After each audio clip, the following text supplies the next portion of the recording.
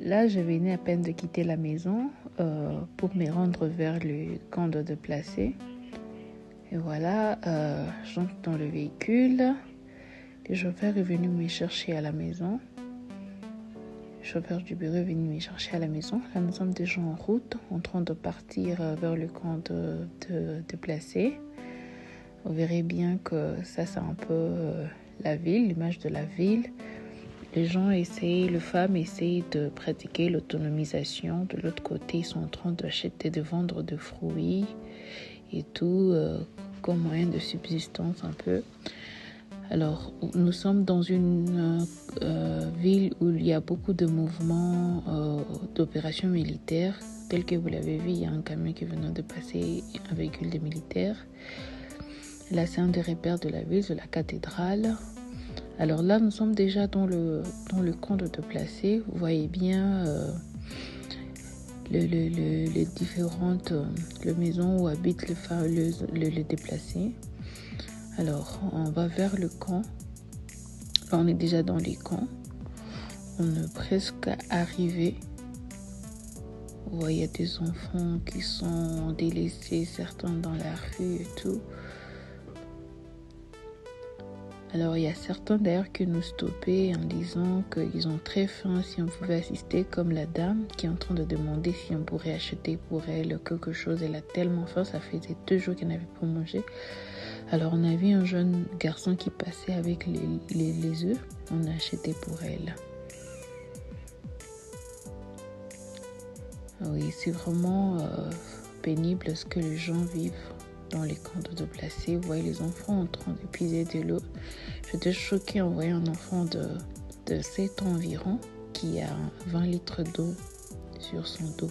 C'était quand même beaucoup par rapport à son âge. Alors là, je suis arrivée. Je me rends directement vers la clinique mobile où je trouve l'infirmière, notre sage-femme Aline, qui travaille en permanence la journée. Alors, juste après moi, il y a une dame qui est entrée, qui venait pour recevoir le soin liés à sa santé de la reproduction. C'est une jeune femme qui a été violée. Et voilà, elle s'est retrouvée enceinte et elle avait besoin d'accéder aux soins. Alors, je suis sortie de la clinique mobile pour aller vers la communauté, essayer d'échanger un peu avec les femmes, savoir comment ils allaient, la situation sécuritaire et tout, voilà, leur santé, comment ils se protègent contre les différents abus, violences basées sur le genre qui sont dans les camps. Et voilà, là, nous sommes en train d'échanger avec elle, on a fini. Je suis en train de passer là où je trouvais 2 femmes en train de marchander, en train d'échanger, de causer.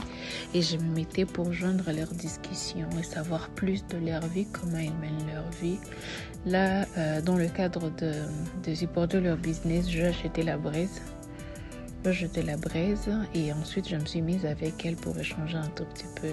Alors là, elle me parle des différentes stratégies qu'elles utilisent pour contourner les VBG, les violences basées sur le genre, spécialement les violences sexuelles au niveau de camp et tout. Alors là, on était vraiment en train d'échanger, ils étaient en train de rigoler, j'étais vraiment quand même contente de voir quelqu'un qui arrive, échanger avec eux, qui a quand même acheté de la presse pour elle et tout. Alors, voilà. J'ai fini un peu les échanges avec eux. J'ai rencontré une très jeune dame. Je me suis dit ça valait la peine quand même de l'assister un tout petit peu en achetant quelques cannes à sucre que j'ai ensuite distribuées aux enfants que j'ai rencontrés sur mon chemin. Alors là, c'est la fin de la journée. Je suis allée me désinfecter et rentrer vers le véhicule, route vers le bureau. C'est un peu ça. Là, j'étais en train de dire aux collègues d'entrer, la sage-femme, parce qu'il faisait déjà tard, d'entrer, qu'on la dépose chez elle. Alors, c'est un peu ça, en bref, notre vie au quotidien.